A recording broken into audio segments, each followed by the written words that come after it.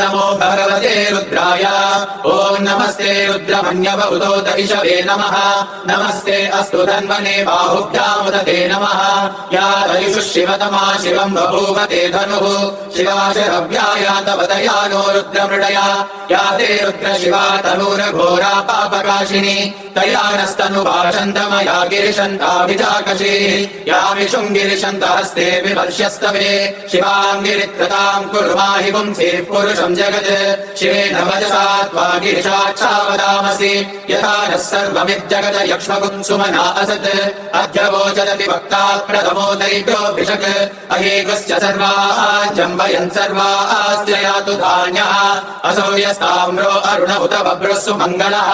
ये चेमागुम् रुद्रा अभितो दिक्षुश्रिता सहस्रशो वैशाकुम्भेण ईमहे असव्यो वसर्पति नीलग्रीवो विलोलितः उदैनम् गोपा अदृशन्नदृशन्नुदहार्यः उदैनम् विश्वा भूतानि सदृष्टो मृडयातिनः नमो अस्तु नीलग्रीवाय साक्षाय मीरुषे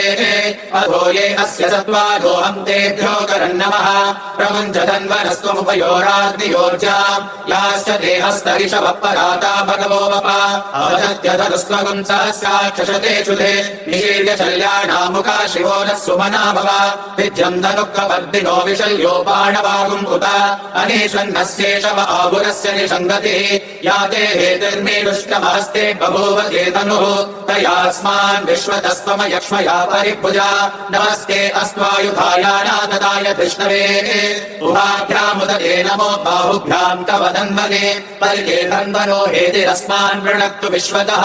अधो यैषुतिस्तवारे अस्मन्निदेहितम् नमस्ते अस्तु भगवन् विश्वेश्वराय महादेवाय त्र्यम्बकाय त्रिपुरान्तकाय त्रिकाग्निकालाय कालाग्निरुद्राय नीलकण्ठाय मृत्युञ्जयाय सर्वेश्वराय सदाशिवाय श्रीमन्महादेवाय नमः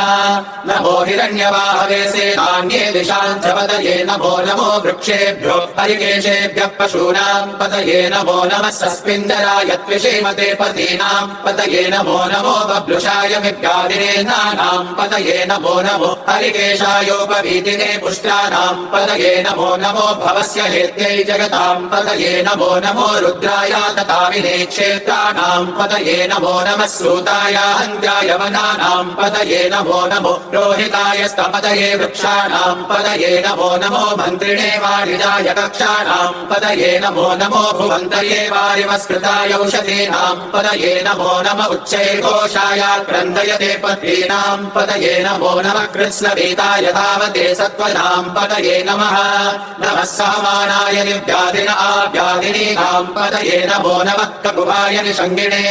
सेनानाम् पतये नमो नमो निषङ्गिण इषुधिमते तस्कराणाम् पतये नमो नमो वञ्चते परिवञ्चते स्थायूनाम् पतये नमो नमो निचेरवे परिचरायारण्यानाम् पतये नमो नमः सृणाविभ्यो जिगागुम् सद्यो मुष्णताम् पतये नमो नमोऽसि मध्यो लक्तम् चरद्यः प्रकृन्तानाम् पतये नमो नम उष्णीषिणे गिरिचराय कुलुञ्चानाम् पतये नमो नम इषुमध्यो धन्वाविभ्यश्च वो नमो नम आधन्वानेभ्यः प्रतिदधानेभ्यश्च वो नमो नम आयच्छद्भ्यो विसुतभ्यश्च वो नमो नमोऽस्यद्भ्यो विद्यभ्यश्च वो नमो नम आसीनेभ्यश्च यानेभ्यश्च वो नमो नमः स्वपद्भ्यो जाग्रद्भ्यश्च वो नमो नमस्तिष्ठद्भ्यो धावद्भ्यश्च वो नमो नमः सभाभ्यः सभावदिभ्यश्च वो नमो नमो अश्वेभ्योऽश्वपदिभ्यश्च वो नमः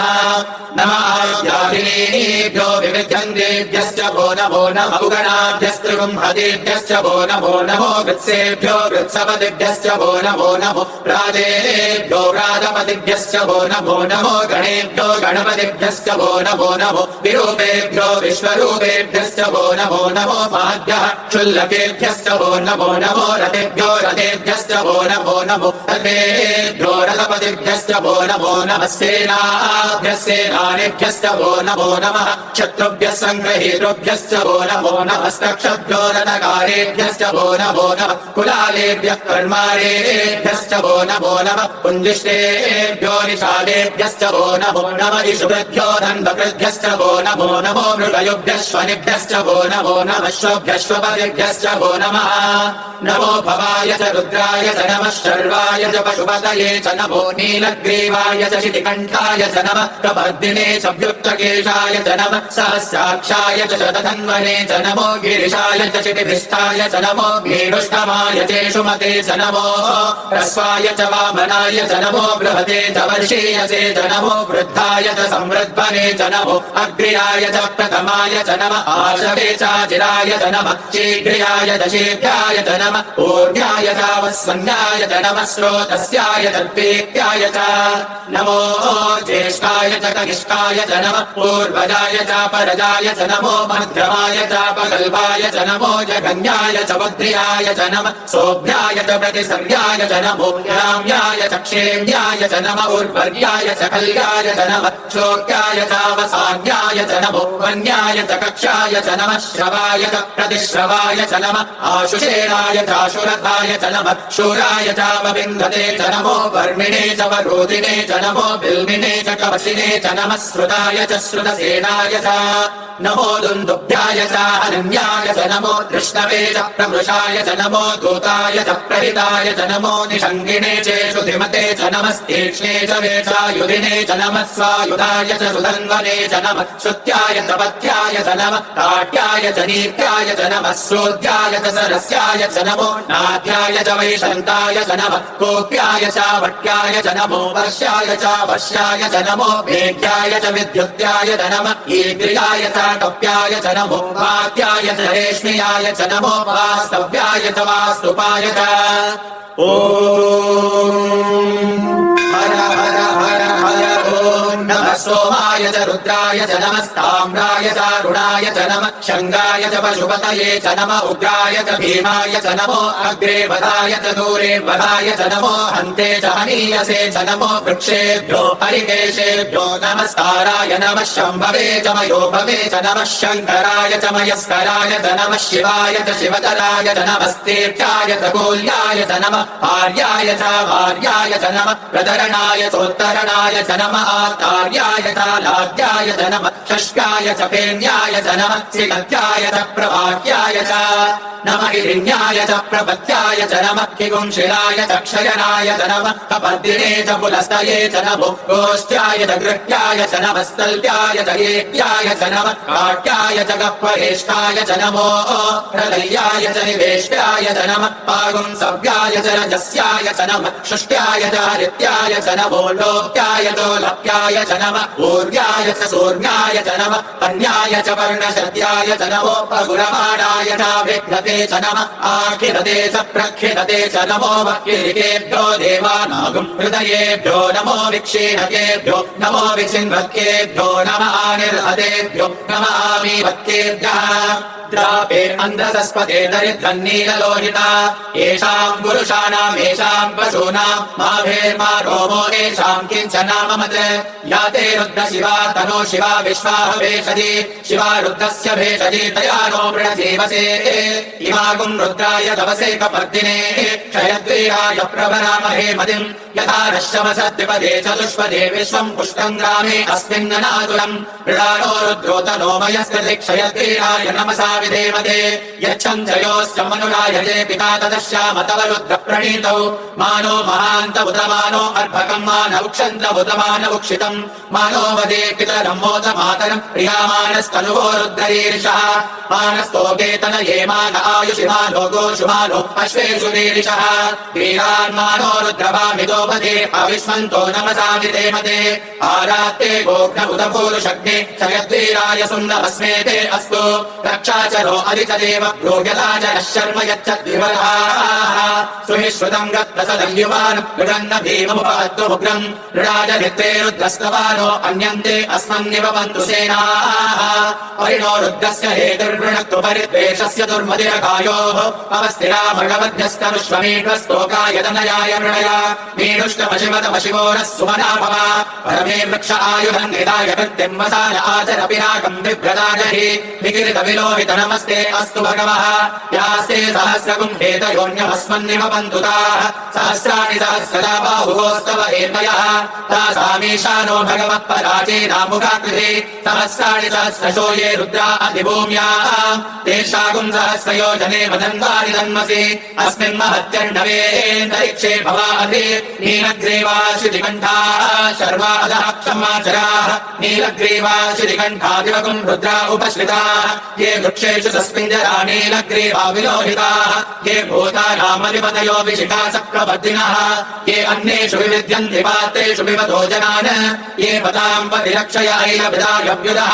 ये तीर्थानि प्रचरन्ति शिखावन्तो निषङ्गिणः एतावन्तश्च भूयागुंश्च दिशो रुद्राविदस्ते तेषागुं सहस्रयोजने वदन्तानि तन्मसि नमो रुद्रेभ्यो ये पृथिव्यां येऽन्तरिक्षे ये दिव्येषामन्नं वातो वर्षमिषभस्तेभ्यो दश प्राचेत् दश दक्षिणा दश प्रतीचेत् दशोदीचेत् दशोद्वास्तेभ्यो नमस्ते नो मृडयन्तु देयं विश्वो यश्च नोद्वेष्टिरं भोजं हे ददामि त्र्यम्बकं यजामहे सुगन्धिं पुष्टिवर्धनम् उर्वारुकमिव बन्धनान् मृत्योर्मुक्षीयामृतात् यो रुद्रो अग्नौ यो अप्सु य ओषधीषु यो रुद्रो विश्वा भुवनान्तिरेष तस्मै रुद्राय नमो अस्तु ये ते सहस्रमयुतं पाशा मृत्योर्मर्त्यायान्तवे तान्यज्ञस्य मायया सर्वाणमयतामहे मृत्यवे स्वाहा प्राणानां ग्रन्थिरसि रुद्रो माविशान्तकः तेनान्नेनाप्यायस्व नमो रुद्राय विष्णवे मृत्युर्मे पाहि तमुष्टु ह्यश्विषु सुतन्वायो विश्वस्य क्षयति भेषजस्य यक्ष्वा महेशौ मनसाय रुद्रं नमो निर्देवमसुरन्दुवस्य अयं मे हस्तो भगवान् अयं मे भगवत्तरः अयं मे विश्वभेषतो यगुं शिवाभिवर्षणः ॐ शान्ति शान्ति शान्तिः ॐ अग्ना विष्णु सदोष सेमा वर्धन्तु वाङ्गिरः द्युम्नैर्वाजेभिरागतम् वादश्च मे प्रसवश्च मे प्रगतिश्च मे प्रसिरिश्च मे भीतिश्च मे क्रतुश्च मे स्वरश्च मे श्लोकश्च मे शावश्च मे श्रुतिश्च मे ज्योतिश्च मे सुपश्च मे प्राणश्च मे पानश्च मे ज्ञानश्च मे शुश्च मे चित्तं च आधीतं च मे वाक् च मे मनश्च मे चक्षुश्च मे श्रोत्रं च मे दक्षश्च मे बलं च ओजश्च मे सहश्च आयुश्च मे जरा च आत्मा च मे तनोश्च मे शर्म च मे वर्म च मेऽङ्गानि च मे स्थानि च मे परोगुंषि च मे शरीराणि च मे ज्येष्ठ्यं च आधिपत्यं च मे मन्युश्च मे भावश्च मे मश्च मे भश्च मे जेमा च मे महिमा च मे वरिमा च मे प्रतिमा च मे वश्मा च मे द्राघुया च मे वृद्धं च मे वृद्धिश्च मे सत्यं च मे श्रद्धा च मे जगच्च मे धनं च मे वशश्च मे द्विषश्च मे क्रीडा च मे मोदश्च मे जातं च मे जनिष्यमाणं च मे सूक्तं च मे सुकृतं च मे वित्तं च मे वेद्यं च मे भूतं च मे भविष्यच्च मे सुगं च मे सुपतं च मरुद्धं च मरुद्धिश्च मे वृत्तं च मे क्लिप्तिश्च मे मतिश्च मे सुमतिश्च मे शं च मे मयश्च मे प्रियं च मे नुकामश्च मे कामश्च मे सौमनसश्च मे भद्रं च मे श्रेयश्च मे वस्यश्च मे यशश्च मे भगश्च मे द्रविणं च मे यन्ता च मे धर्ता च मे क्षेमश्च मे धृतिश्च मे विश्वं च मे महश्च मे संवित् च मे ज्ञात्रं च मे सोश्च मे प्रसोश्च मे सीरं च मे लयश्च मृतं च मे मृतं च मे यक्ष्मं च मे नामयच्च मे जीवातुश्च मे दीर्घायुत्वं च मे न मित्रं च मे भयं च मे सुगं च मे शकणं च मे सुषा च मे सुदिनं च मे ऊर्च मे सुनृता च मे पयश्च मे रजश्च मे घृतं च मे मधु च मे सद्धिश्च मे सपेदिश्च मे कृषिश्च मे वृष्टिश्च मे जैत्रं च म औद्भिद्यं च मे रयिश्च मे रायश्च मे पुष्टं च मे पुष्टिश्च मे विभुत मे प्रभुत मे बहुत मे भोग्यश्च मे पूर्णं च मे पूर्णतरं च मे किरिश्च मे पूज्यवाश्च मे नं च मे शुच्च मे प्रियश्च मे यवाश्च मे माशाश्च मे तिलाश्च मे मुद्गाश्च मे खल्वाश्च मे गोधूमाश्च मे मधुराश्च मे प्रियङ्गवश्च मे नवश्च मे क्षामकाश्च मे नीवाराश्च मे अश्मा च मे मृत्तिका च मे गिरयश्च मे पर्वताश्च मे सिकताश्च मे वनस्पतयश्च मे हिरण्यं च मे यश्च मे सीसं च मे त्रपुश्च मे श्यामं च मे दोहं च मे अग्निश्च म आपश्च मे विरुधश्च म औषधयश्च मे कृष्णपत्यं च मे कृष्णपत्यं च मे ग्राम्याश्च मे पशव आरण्याश्च यज्ञेन कल्पन्तां वित्तं च मे वित्तिश्च मे भूतं च मे भूतिश्च मे वसुध मे वसतिश्च मे कर्म च मे शक्तिश्च मे अर्थश्च म एमश्च म इतिश्च मे गतिश्च मे अग्निश्च म इन्द्रश्च मे सोमश्च म इन्द्रश्च मे सविता च म इन्द्रश्च मे सरस्वती च म इन्द्रश्च मे उषा च म इन्द्रश्च मे बृहस्पतिश्च म इन्द्रश्च मे मित्रश्च म इन्द्रश्च मे वरुणश्च म इन्द्रश्च मे त्वष्टा च म इन्द्रश्च मे धाता च म इन्द्रश्च मे विष्णुश्च म इन्द्रश्च मे श्विनौ च म इन्द्रश्च मे मरुतश्च म इन्द्रश्च मे विश्वे च मे देवा इन्द्रश्च मे पृथिवी च म इन्द्रश्च मे अन्तरिक्षं च म इन्द्रश्च मे द्यौश्च म इन्द्रश्च मे दिशश्च म इन्द्रश्च मे मूर्धा च म इन्द्रश्च मे प्रजापतिश्च म इन्द्रश्च मे अगुंशुश्च मे रश्मिश्च मे दाभ्यश्च मे धिपतिश्च म उपागुंशुश्च मे अन्तर्यामश्च म ऐन्द्रवायवश्च मे मैत्रावरुणश्च म आश्विनश्च मे प्रतिप्रस्थानश्च मे शुक्रश्च मे मन्थे च म आग्रयणश्च मे वैश्वदेवश्च मे ध्रुवश्च मे वैश्वानरश्च म ऋतुग्रहाश्च मे तिग्राह्याश्च म ऐन्द्राग्नश्च मे वैश्वदेवश्च मे मरुत्वतीयाश्च मे माहेन्द्रश्च म आदित्यश्च मे सावित्रश्च मे सारस्वतश्च मे पौष्णश्च मे पात्नीवतश्च मे आर्योजनश्च मे विध्वश्च मे बर्हिश्च मे वेदिश्च मे धृष्टियाश्च मे शुशश्च मे तमसाश्च मे ग्रावाणश्च मे स्वरवश्च म उपरवाश्च मे धिषवणे च मे द्रोणकलशश्च मे वायव्यानि च मे पूतभृच्च म आधवनीयश्च म आग्नेयेऽर्धं च मे अभिधानं च मे गृहाश्च मे सदश्च मे पुरोडाशाश्च मे पतताश्च मे बभृतश्च मे स्वगाकारश्च मे अग्निश्च मे घर्मश्च मे कर्कश्च मे सूर्यश्च मे प्राणश्च मे श्वमेधश्च मे पृथिवी च मे तिथिश्च मे दितिश्च मे द्योश्च मे शक्वैरङ्गुलयोदिशश्च मे यज्ञेन कल्पन्तामृच्च मे सामर मे स्तोमश्च मे यजुश्च मे दीक्षा च मे तपश्च म ऋतुश्च मे व्रतं च मे होरात्रयोर्पृश्च बृहद्रदन्तरे च मे यज्ञेन कल्पेताम् गर्भाश्च मे वत्साश्च मे त्रयविश्च मे त्रयवी च मे दित्यवाट मे दित्योगी च मे पञ्चाविश्च मे पञ्चावी च मे त्रिवत्सश्च मे त्रिवत्सा च मे तुर्यवाट च मे तुर्योगी च मे पष्टवा च मे पष्टोगी च म उक्षा च मे पशा च म ऋषभश्च मे वेहश्च मे नट्वान् च मे धेनुश्च म आतुर्यज्ञेन कल्पताम् प्राणो यज्ञेन कल्पताम् पारो यज्ञेन कल्पताम् ज्ञानो यज्ञेन कल्पताम् चक्षुर्यज्ञेन कल्पताम् श्रोत्री यज्ञेन कल्पताम् मनो यज्ञेन कल्पताम् वाग् यज्ञेन कल्पताम् आत्मा यज्ञेन कल्पताम् यज्ञो यज्ञेन कल्पताम् एका च मे तिस्रश्च मे पञ्च च मे सप्त च मे नव च म एकादश च मे त्रयोदश च मे पञ्चदश च मे सप्तदश च मे नवदश च म एकविंशतिश्च मे त्रयोविंशतिश्च मे पञ्चविंशतिश्च मे सप्तविंशतिश्च मे नवविंशतिश्च म एकत्रिंशच्च मे त्रयस्त्रिंशच्च मे चतस्रश्च मे षष्टौ च मे द्वादश च मे षोडश च मे विंशतिश्च मे चतुर्विंशतिश्च मे अष्टाविंशतिश्च मे द्वात्रिंशच्च मे षट्विंशच्च मे चत्वारिंशच्च मे चतुश्चत्वारिंशच्च मे अष्टाचत्वारिंशच्च मे वाचश्च प्रसवश्चापि च क्रतुश्च सुपश्च मूर्धा च व्यष्टियश्चान्यायनश्चान्त्यश्च भुवनश्च भुवनश्चाधिपतिश्च इडादे बहुर्मनुर्यज्ञनीर्बृहस्पतिरुक्थामदानिशगुंसि षद्विश्वे देवासोक्तवाच पृथिवीमाधर्मामाहिगुंसीर्मधुमनिष्ये मधुतरिष्ये मधुवक्ष्यामि मधुवदिष्यामि मधुमतीं देवेभ्यो वाचमुद्यासगुं शुश्रूषेण्या मनुष्येभ्यस्तं वा देवा अवन्तु शोभायै पितरो नु वदन्तु ॐ शान्ति शान्ति शान्तिः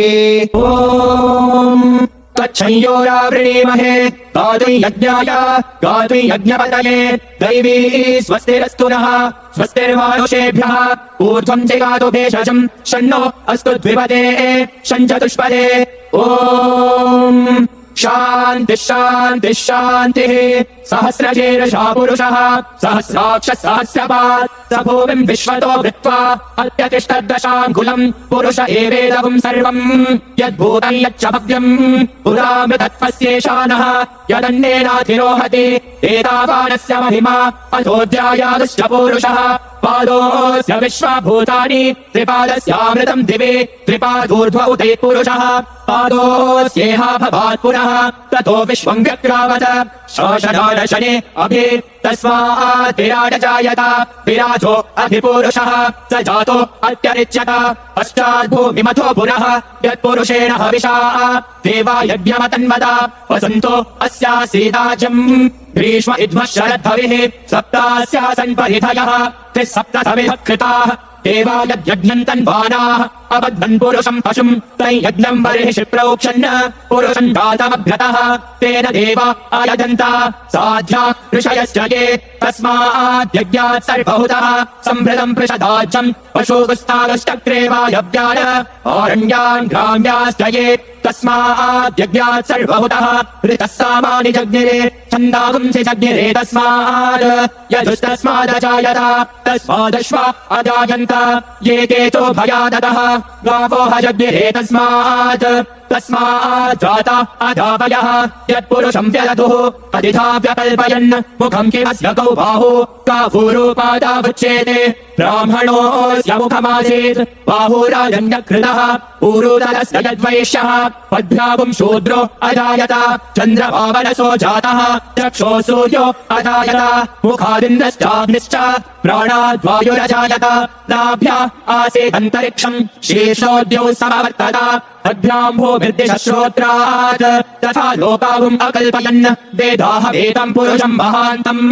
आदित्यवर्णम् तमसस्तु पारे सर्वाणि रूपाणि विचित्यधीरः नामानि कृत्वाभिवतन्यतास्ते धाता पुरस्ताद्यमुदा जहार चक्रः प्रविद्वान् प्रदिशश्च तस्रः तमेवम् विद्वानमृत इह भवति नान्यः पन्था अयनाय विद्यते यज्ञेन यज्ञमयजन्त देवाः तानि धर्माणि प्रथमान्यासन् ते हनाकम् महिमानः सजन्ते यत्र पूर्वे साध्याः सन्ति देवाः अद्य सम्भूतः पृथिव्यैरसा च विश्वकर्मणः समवर्तताधि तस्य त्वष्टाभिदधद्रूपमेते तत्पुरुषस्य विश्वमाता नमग्रे वेदाहमेतम् पुरुषम् महान्तम्